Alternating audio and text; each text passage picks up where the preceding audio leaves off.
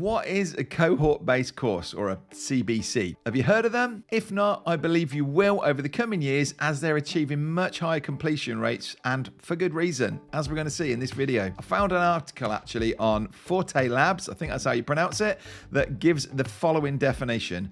I've also put the link to the article in the description so you can go and check it out afterwards if you like, but not yet. It reads, cohort-based courses refer to a group of learners who join an online course together and then move through at the same pace. The instructor provides structure and guidance, but much of the learning happens peer-to-peer as students share what they've discovered in real time and encourage each other to keep going. Some cohort-based programs, and this is what we do, embrace the flipped classroom model, where pre-recorded content is consumed on students' own time and the live classroom is reserved for things that can only happen in real time, like coaching, interacting, asking questions, and sharing breakthroughs. So let's break this down and see why they're working so well. The first thing to note is that if you've already got an online course, you don't have to scrap it and start again. The actual training modules are still delivered online. In contrast, I've joined a course in the past where we all jumped on a Zoom call and worked along together as the coach took us through some software. I got lost. Something didn't look the same on my screen, but despite me asking in the chat, they didn't spot it and they just kept moving. And so I'd got no choice but to bail out and watch the replay. So I'm not a fan of trying to teach the content live. What my customers love is that I've broken down the sections into bite-sized chunks for them to watch when it suits them. They can skip through the videos, watch it several times, speed me up, slow me down, pause me. It's the most flexible way to learn. Plus, because this is pre-recorded, in the editing, I can zoom in on an area that I'm demonstrating and really highlight it and make it super user-friendly. So the core training is still online, worked through alone by the student, but you get that feeling that we're on the same page and I need to do it today because tomorrow there's another chunk coming. But you can't just join my course today. If you spotted my Ecamm Live Academy and thought that looks really interesting, I want to join that, it's not available there. The difference with a CBC is that it's live. For us, we run these academies twice a year.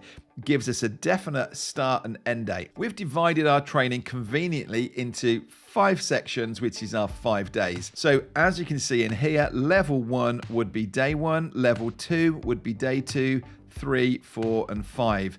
And we hold it back so that on day 1, on the Monday morning when we start it, you only get access to level 1's videos. And Kajabi, the software that we use for our course, will then schedule this out and it will hold it back. I'll show you here behind the scenes.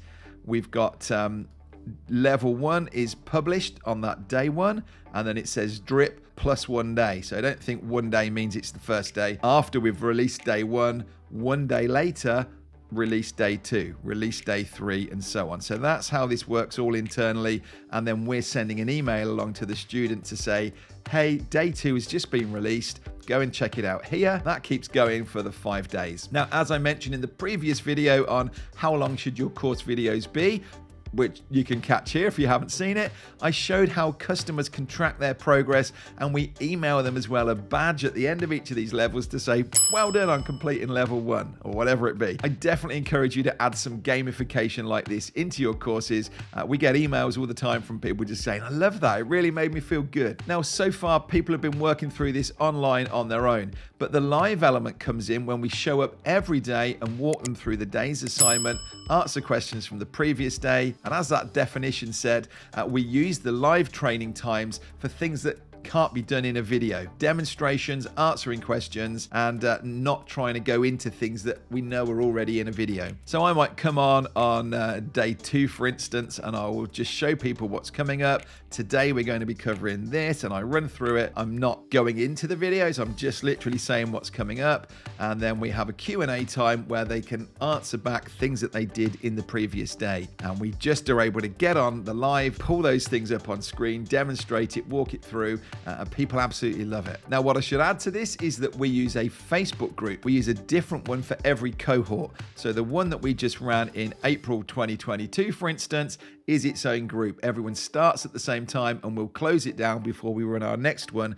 in October. But the videos are available to our customers for life. This is kind of personal choice as to how you come at it, but we let the videos be available for life. And that Facebook group, although we archive it after 6 months, it's still available. So people can still go back in and watch the content in there. They just can't add more to it. And that group is where we're going live every day. It's where members can practice. They post their homework in, they ask questions, and most importantly, this is the whole point of this cohort-based course, is that they're in there supporting each other. And when one person asks a question or says they're struggling with something, others can come in and go, don't worry about it. Yeah, I'm struggling with that too. And when somebody has a win, they share it with them. I believe this is really the main part why cohort-based courses get such great feedback from members, that they're not going through this alone. They're actually as part of a community here. And in the past, even the guys that said, I don't want to be in a group, I just want to have the training and work through it on my own, have seen huge value from the community as they hear other people asking questions that they didn't think of and discovering things that they didn't even know were possible. And the other big benefit of this is for you as the coach. You're building genuine relationships with your members in a way that you wouldn't if they were working through this on their own without the community. I've built up an audience of die-hard fans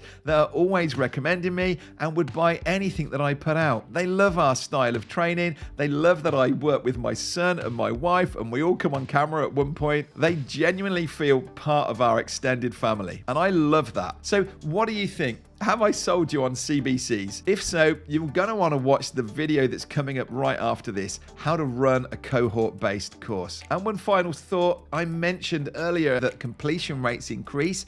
Did you know that statistically, less than 10% of people are going to finish your online course? And I can totally get that. I've probably got 5 courses on the go that I've had for a few years, and I started the first few videos, got distracted, and have never gone back and finished it. That's not what we're seeing in our CBCs. We see 70% plus completion rate on our courses. And we know this not only because Kajabi shows us when people get to the end of it, but because we send each member a completion certificate, which is another nice little touch that our members love. So, as ever, I would love to hear your thoughts in the comments. I do read them all, and please, if you found this helpful, give us a thumbs up and be sure to subscribe so you catch all of our future videos. Okay, so whether it's this one or another one, I'll see you in another video. Thank you so much. Bye.